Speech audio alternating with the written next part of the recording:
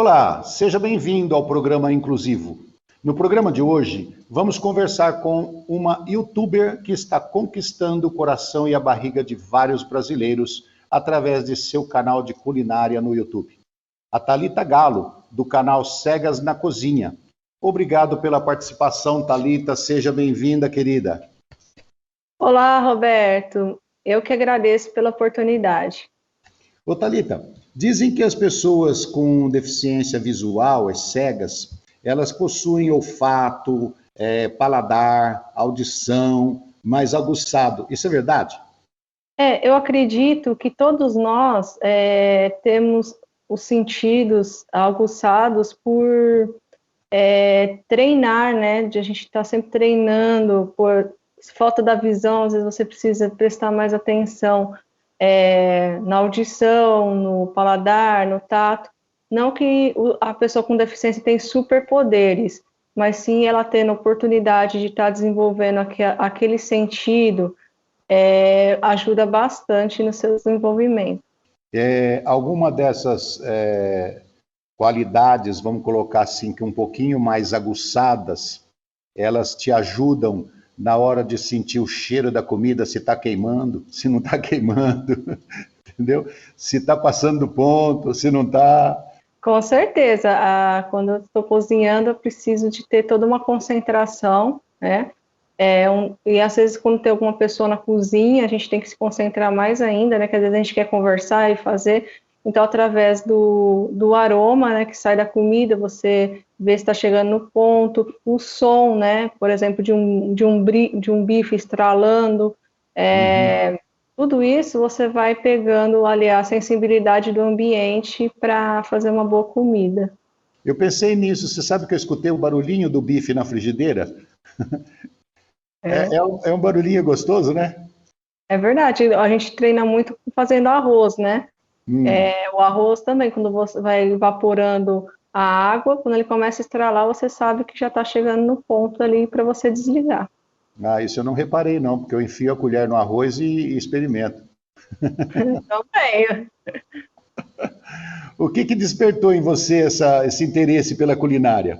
Então, desde pequena, minha família, né, são descendentes de alemão, de italiano, então sempre a família se reuniu para comer, né? Era um momento ali na hora do almoço, um jantar, sempre a família está unida.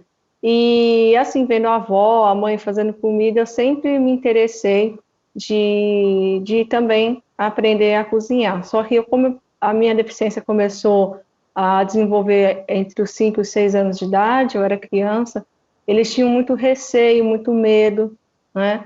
E aí, devagarzinho, fui tentando, eles também foram pegando confiança, vendo que era uma coisa que eu queria muito, para ter até minha autonomia, né, minha independência.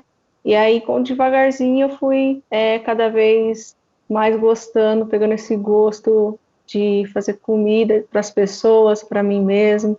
E aí, até hoje, eu venho aprendendo bastante e é uma área que eu gosto muito. Essa era uma pergunta que eu ia fazer e você já respondeu. Mas é bom deixar claro para as pessoas entenderem. Você ficou com deficiência visual, você ficou cega com 6 anos de idade, é isso? Eu nasci com glaucoma congênito, né? Quando eu nasci, meus olhos eram meio gelatinosos. Os médicos sabiam que eu ia ter alguma deficiência visual, mas não sabia como. E aí eu fui para casa, tudo, né? Fui crescendo e não aparentava nada. Aí na escola, uma professora percebeu que eu estava escrevendo torto e pediu para minha mãe levar para mim fazer um óculos. E aí quando eu cheguei lá, a pressão do olho estava altíssima. Aí os médicos falaram que não era questão de óculos, né? Já fui para cirurgia, fiz 21 cirurgias e nesse tempo fui perdendo aos poucos. Hoje eu não enxergo nada da esquerda e tenho 2% da direita. Então, não, a pergunta era a seguinte: quando você iniciou o seu trabalho na cozinha, você ainda enxergava um pouco? Não, já estava nesse processo de começar a perder a visão.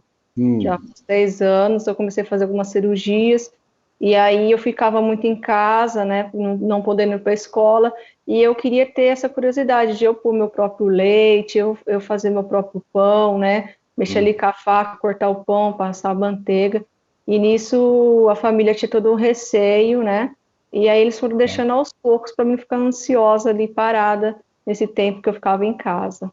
É bom que a gente explique pelo seguinte: as pessoas que enxergavam, elas têm uma memória daquilo que se fazia, né? Então facilita um pouco mais na hora de mexer com os instrumentos, com o que precisar, seja em qualquer área que seja, né? Ela tem uma memória do ambiente e tudo mais, fica mais fácil, eu acho. Dentro da cozinha de uma pessoa que tem deficiência visual, precisa de uma, eu falo sempre para as pessoas, precisa de uma organização. Quando você mora com outras pessoas, hoje eu moro com meu marido, que é deficiente visual também, nós temos nossa organização, porque às vezes uma pessoa vai ali e tira alguma coisa do lugar, você fica perdido, né? Você fica sem saber onde está. E aí, quando eu comecei a fazer comida, logo lá pequena, eu tinha dificuldade porque eu também sou canhota, então as pessoas me ensinavam com a mão direita, né? Então eu ficava assim, nossa, eu nunca vou conseguir. E Você falou aí, uma coisa agora que eu considero de muita importância. Para todos aqueles que estão nos assistindo, fica claro para nós, mas para as pessoas que estão nos assistindo, talvez não.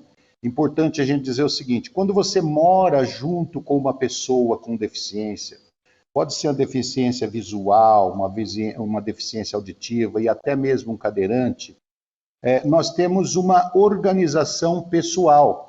Então, você tem que, no escuro, botar a mão e saber o que você está pegando. Né?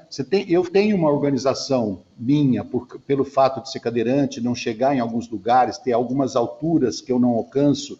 Né? Então, tem uma organização. Então, as pessoas que vivem com a gente têm que saber disso, que não deve mexer na nossa organização, deve respeitar a nossa organização, porque ela nos atrapalha no dia a dia. Não é isso? e o tempo também da pessoa, né? Às vezes eu faço comida mais rápida, que eu tenho mais prática, mas às vezes a gente vê as pessoas conversando com a gente através do canal, minha família viu o canal e deu a oportunidade de eu começar. Só que aí, às vezes a pessoa não tem paciência, a pessoa tá lá falando devagarzinho, aí a pessoa não tem paciência, né? Quem mora com a pessoa, e vai lá e fala, não, deixa que eu termino por você, Isso é né? verdade. Então, isso é muito ruim para a pessoa, né? Até para a autoestima, porque ela tá ali tentando. E aí a gente tem que pegar os macetes, né?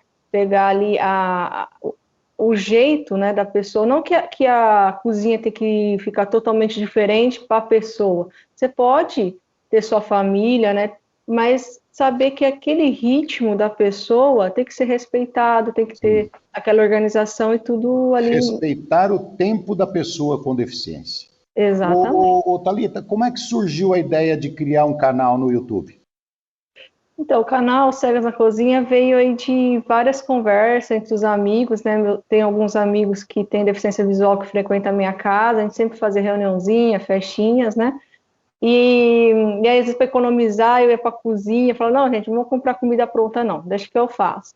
E aí, começou assim, o pessoal começou a gostar, prestar atenção, falar, mas como que você faz isso, né? Começou a ficar curioso, assim. E aí aí eu comecei a encontrar também outras mulheres na internet que também têm deficiência visual que cozinham. E aí a gente juntou tudo e falou assim, como que a gente pode mostrar isso, né? Aí veio essa ideia de ir pro YouTube, só que eu fui pesquisar no YouTube como que eu ia fazer um canal, né, de culinária. E aí eu me deparei justamente com muitos canais que é totalmente visual, né? Que você entra, você vê ali uma música, passando a receita escrita, umas fotos bonitas, e às vezes o título te atrai e não tem como você saber. Isso aí me deixou frustrado. E aí eu falei para minhas amigas, vamos tentar fazer um canal que seja mais descritivo, tanto não só para as pessoas com deficiência visual, mas as pessoas que querem aprender, pessoas que têm dificuldade e querem Uhum. saber mais detalhes. Eu acho que o que mais tem na televisão hoje e nos canais de internet e tudo mais são duas coisas: religião, o pessoal que prega através da televisão, e cozinha. Eu acho que são as duas coisas que mais encontro na televisão e no YouTube hoje. mas um canal de pessoas que cozinham cegas, essa daí eu acho que é a primeira. Sim. É pioneira.